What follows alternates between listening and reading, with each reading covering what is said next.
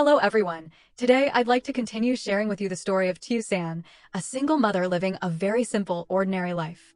Her story doesn't begin with major upheavals or dramatic moments. Instead, it is woven from quietly passing days, from silent choices and efforts that are rarely acknowledged. Tusan is a woman who has grown used to living slowly, to carrying everything on her own shoulders without complaint. Her life revolves around her child, early morning markets, simple home-cooked meals, and very everyday worries. She doesn't seek attention, nor does she hope for special treatment. She simply moves through each day with perseverance and a deep sense of self-respect. And today, I want to continue telling that story, the story of Tusan, of how an ordinary woman learns to stand firm amid differences, prejudices, and the unexpected stirrings of life. A slow story, but one deep enough to make people pause, listen, and truly feel. Tusan had grown used to living in a very small world, so small that everything within it could be named through simple habits and familiar rhythms. Her life moved slowly and steadily, without major turning points, only early morning markets still heavy with dew, baskets of vibrant green vegetables neatly arranged, and the low murmur of buyers and sellers like background music repeating day after day. The old pair of flip-flops beneath her feet had worn thin with time, marked by countless familiar paths, becoming so much a part of her that Tusan no longer noticed their presence, much like how she had grown accustomed to hardship without ever needing to name it. Tusan's afternoons often ended in a very real kind of exhaustion. It was the fatigue of aching hands, of a shirt damp with sweat, of a long day without rest. Yet strangely, within that weariness there was always a clear sense of peace. No noise, no disturbance, no need to brace herself against anyone else's gaze. Only the steady repetition of necessary tasks, of small but familiar worries, enough for her to know that she was living, that she existed, and that she was moving through each day with quiet certainty. Tusan had never imagined herself stepping into a place of luxury, a place where the lights shone brighter than usual, where vast spaces made people suddenly feel smaller, and where everything carried an unfamiliar, hard-to-name distance. She had even less imagined that one day she would stand in the middle of a grand family banquet, where every gesture was observed, every glance carried an invisible yet heavy distance, silent but oppressive. To Tusan, that world had never existed in her simple thoughts. It was too different, too far away, as if it belonged to another life altogether, a life she had always stood outside of, quietly observing, while silently protecting her small world as the only safe place she had known for so long. Hoai came into Tusan's life very slowly, the kind of slowness that belongs to someone perceptive enough to understand that before him stood a soul long accustomed to bracing herself just to survive, so used to loneliness that she had learned to treat silence as safety. He did not try to enter her life with flowery words that stir the heart for a fleeting moment, nor did he rely on his status or position to create or invisible pressure. Hoai chose to appear gently, calmly, as if he had simply always been there, not stepping too close, not deliberately keeping his distance either, never loud, never showy, never asking for anything beyond the fragile boundaries Tusan had drawn for herself. Hoai's care for her always revealed itself in very small, very discreet ways, just enough for Tusan to feel, yet never enough to alarm her or put her on guard. It was quiet attentiveness, a silent glance when she was tired, the way he remembered things she had mentioned only in passing. Hoai observed more than he expressed, listened more than he spoke. He patiently waited for Tusan to open her heart in her own way, to speak when she felt safe, to remain silent when she was not yet ready, giving her the space she needed to sort through the tangled, fractured, yet deeply real emotions within her. He never pushed, never rushed ahead of her feelings, only walked beside her in silence, slow and steady, like a calm, reliable breath amid days full of uncertainty. In Tusan's weakest moments, when exhaustion rose to the point where she no longer had the strength to hide it, when familiar worries suddenly felt heavier than usual, Hoai was still there. He did not hurry to comfort her with grand promises, nor did he try to soothe her with hollow words. His presence was quiet and genuine, needing no display, no proof. Just being near was enough for Tusan to know that, amid all that unsteadiness, she was not being left alone, not forced to carry everything by herself as she once had. Yet despite being cared for with such gentleness and patience, Tusan constantly reminded herself, as a habit deeply ingrained in her thoughts and way of life, that Hoai's world did not belong to her. In her mind, it was a larger, brighter world, filled with more lights, a place where people lived by clear rules and invisible codes she had never stepped into. She saw that boundary with painful clarity, so clear that she dared not move even half a step forward, dared not allow herself to hope or expect anything beyond the fragile present she was holding on to. For Tusan, love had never been enough on its own. She believed one also had to know how to keep distance, to stand still in the right place, so as not to lose oneself in a world that had never been made for her. And that very clarity, both a means of self-protection and a quiet, unspoken wound, kept her always one step behind Hoai. Her heart, though it had begun to stir without her realizing when, could no longer remain completely at peace as before, only swaying softly in hesitation and in silences that were difficult to name. One day, Hoai spoke to her, his tone as calm as always, as if it were merely a very ordinary suggestion between the two of them. Today, I want to take you to a party hosted by the Vu family. Make sure you dress up nicely.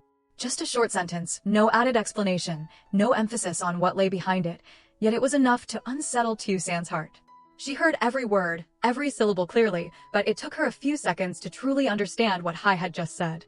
A party hosted by the Vu family. At that moment, the phrase echoed in her mind like a large door suddenly opening, leading to a world entirely unfamiliar. To Tusan, it was not simply a party, it was a place she had never imagined she would step into, never imagined she would have any connection to at all. She did not react right away. For a brief moment, Tusan remained silent, as if all the thoughts in her head had slowed to a halt. She nodded in agreement, so lightly that even she herself was not sure whether she was ready.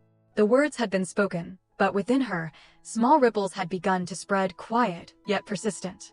That night, Tusan lay awake, unable to sleep. The small, familiar room, where she usually rested after long, tiring days, suddenly felt strangely quiet, so quiet that she could hear each breath she took, every faint sound from outside the porch. In the darkness, her thoughts followed one another without pause. She thought of her simple wardrobe, filled only with familiar clothes, neat enough for work, comfortable enough to get through each day.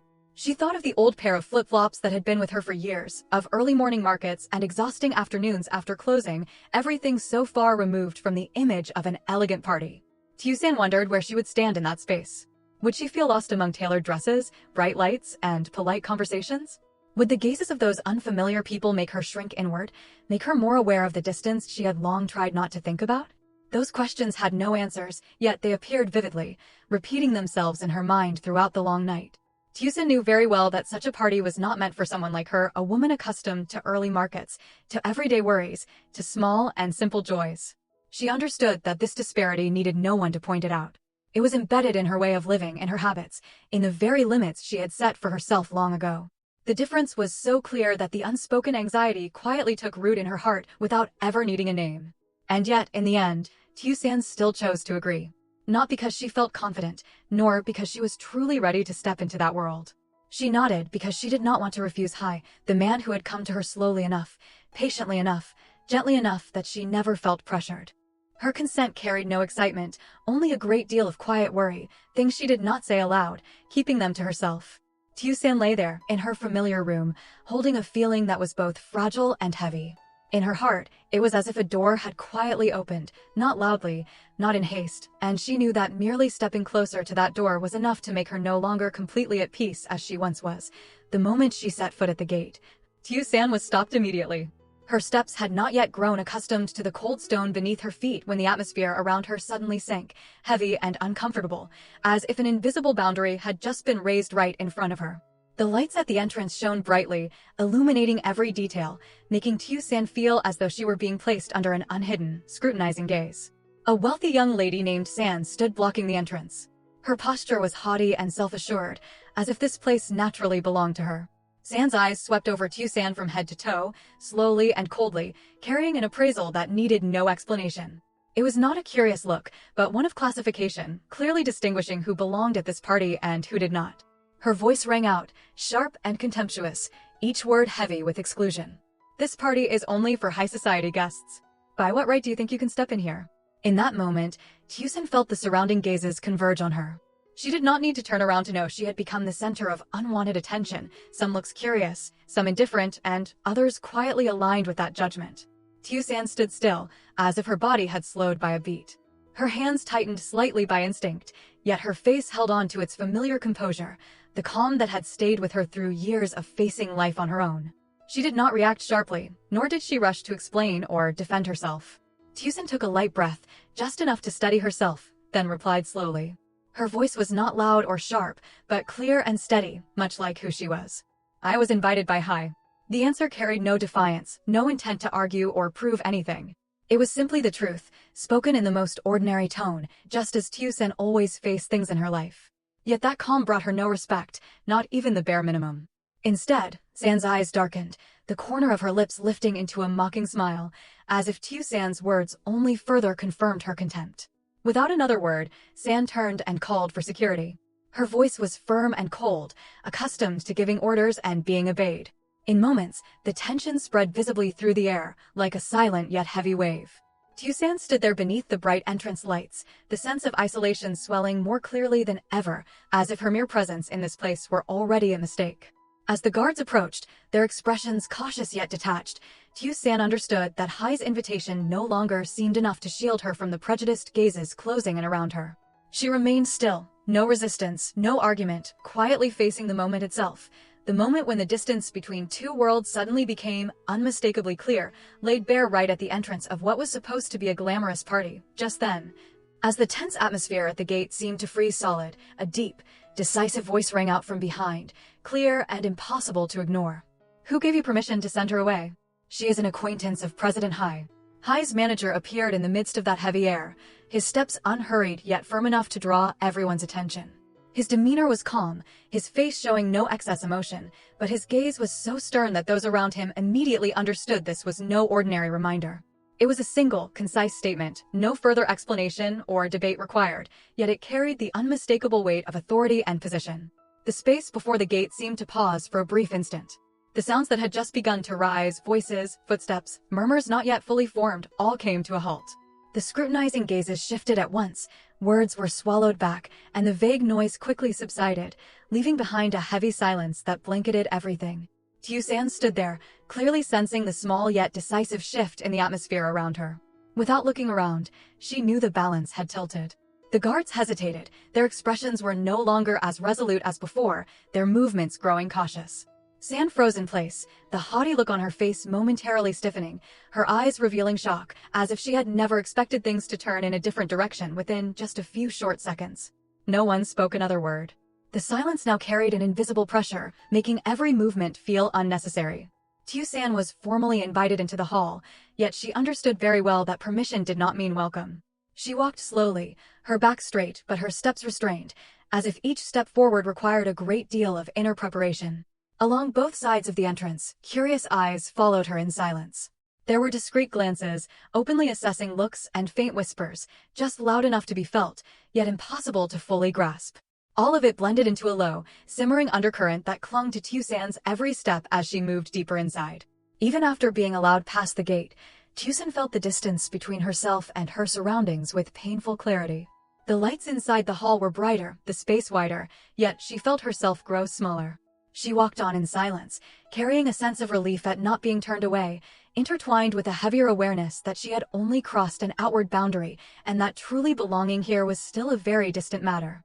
When Tusan stepped into the banquet hall, Hai was in the middle of a conversation with a few acquaintances when he suddenly turned around. In that very brief moment, he froze, as if all the sounds around him had been pushed far away. The music, the chatter, the polite greetings, all of it suddenly faded into the background. Before his eyes, there was only Tusan entering the hall, moving slowly and calmly, each step deliberate, without the slightest hesitation. The soft lighting of the hall fell gently over her figure, highlighting a quiet presence that stood apart within the dazzling, crowded space.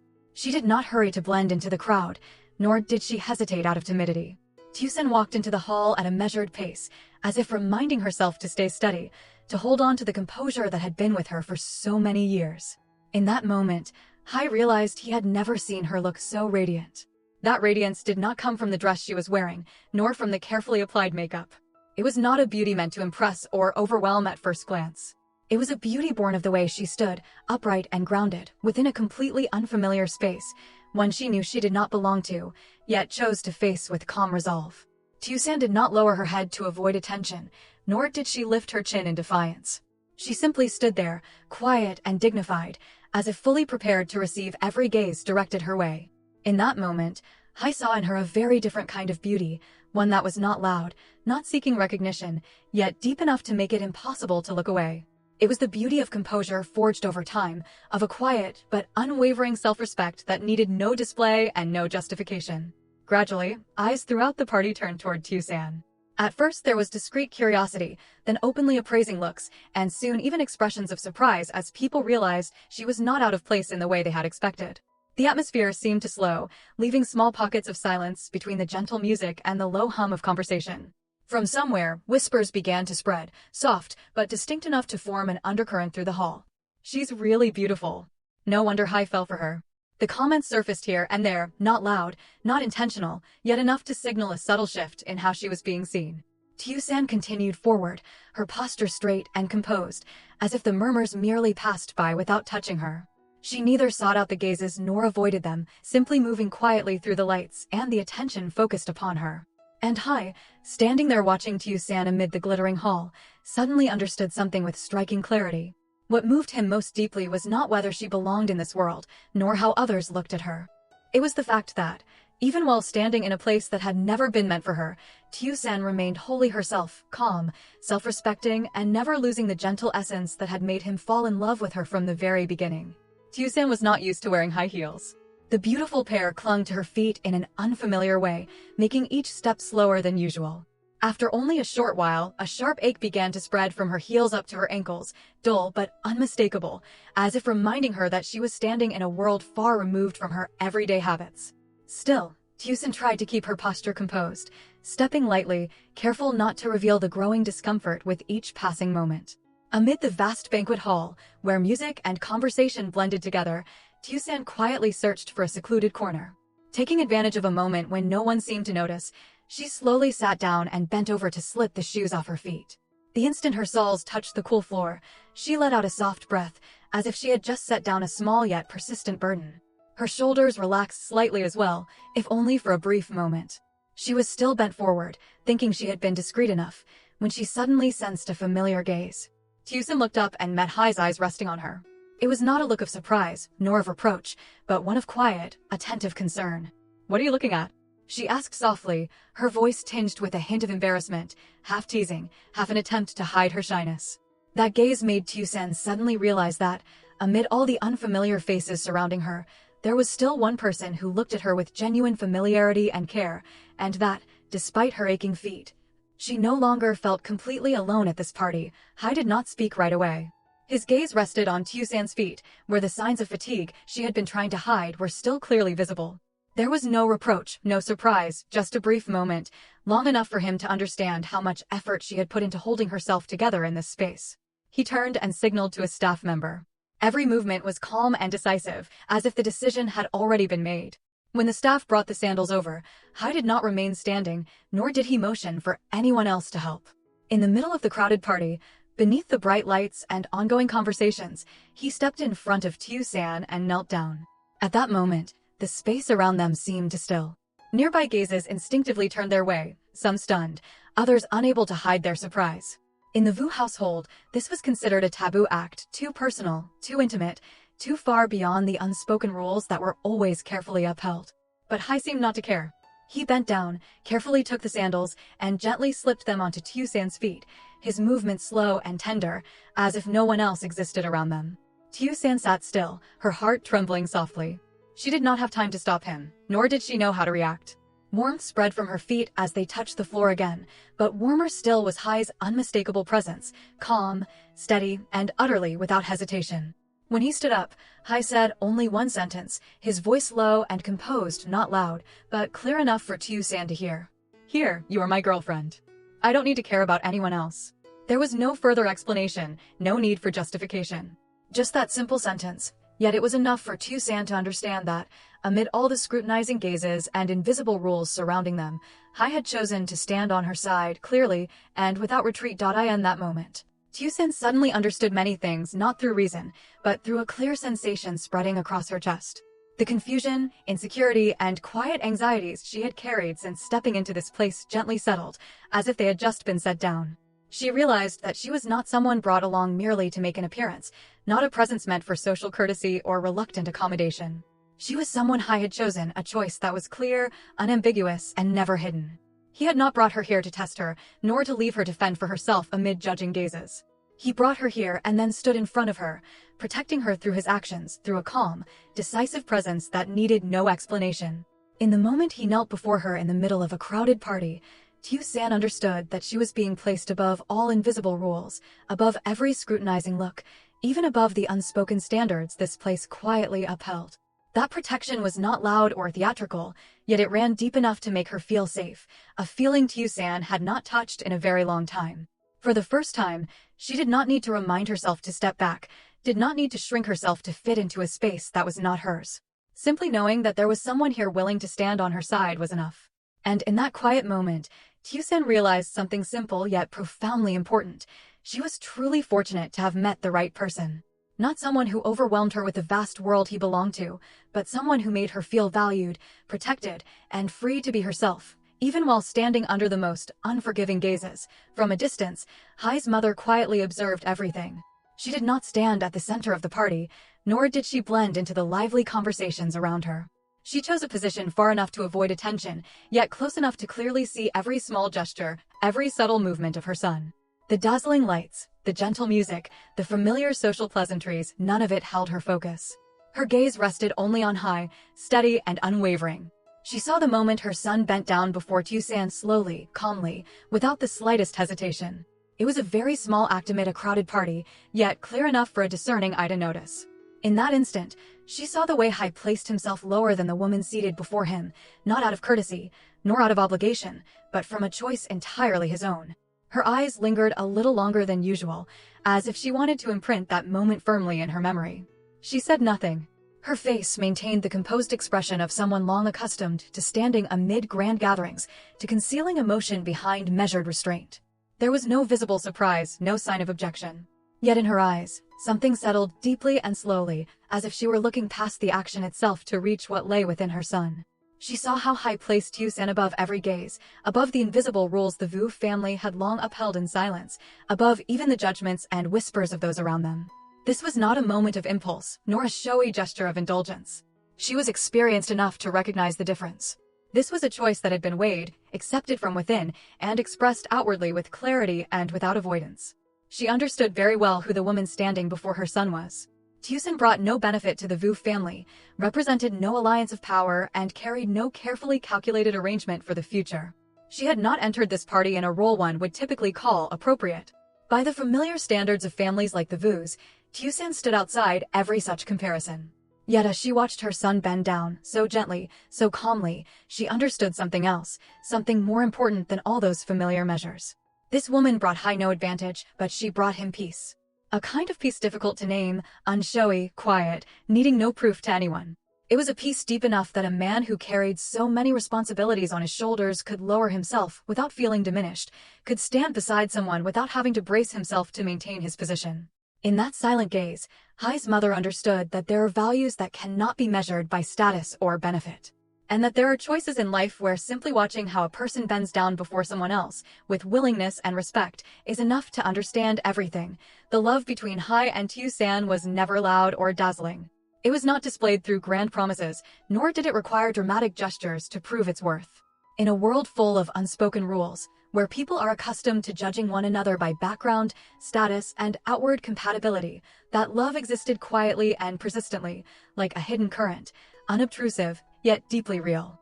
Amid all the lights, the scrutinizing gazes, and the prejudices that needed no name, Hai chose to bend down and fasten sandals for Tusan.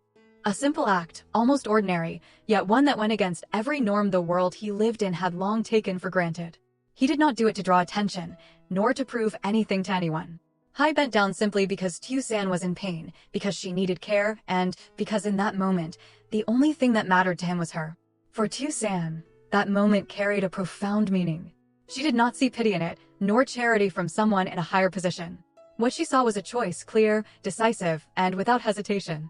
For the first time in many years, Tusan allowed herself to believe that she did not have to shrink to fit into someone else's world. She did not need to prove her worth through endurance or silent sacrifice. Tusan chose to believe that this time, she was truly loved. Not because of a pitiable circumstance, not because of her resilience or the hardships she had endured, but simply for who she was, with her simplicity, her self-respect, and the quiet beauty she had always carried within. In a world full of conditions and calculations, their love did not need to be loud. It only needed to be sincere enough to bend down and brave enough to believe, and that was already complete. Xin chào tất cả mọi người đã quay trở lại với kênh của mình. Nay thì mình đang làm video tiếp nha mọi người. Mới ngủ dậy luôn.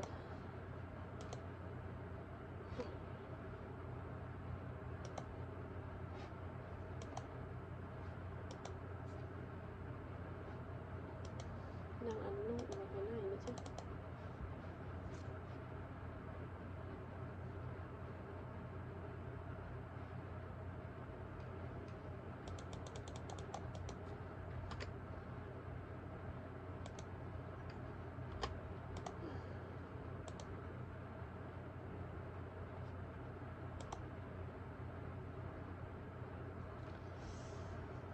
Cảm ơn mọi người rất là nhiều. Hẹn gặp lại mọi người ở trong những video sau.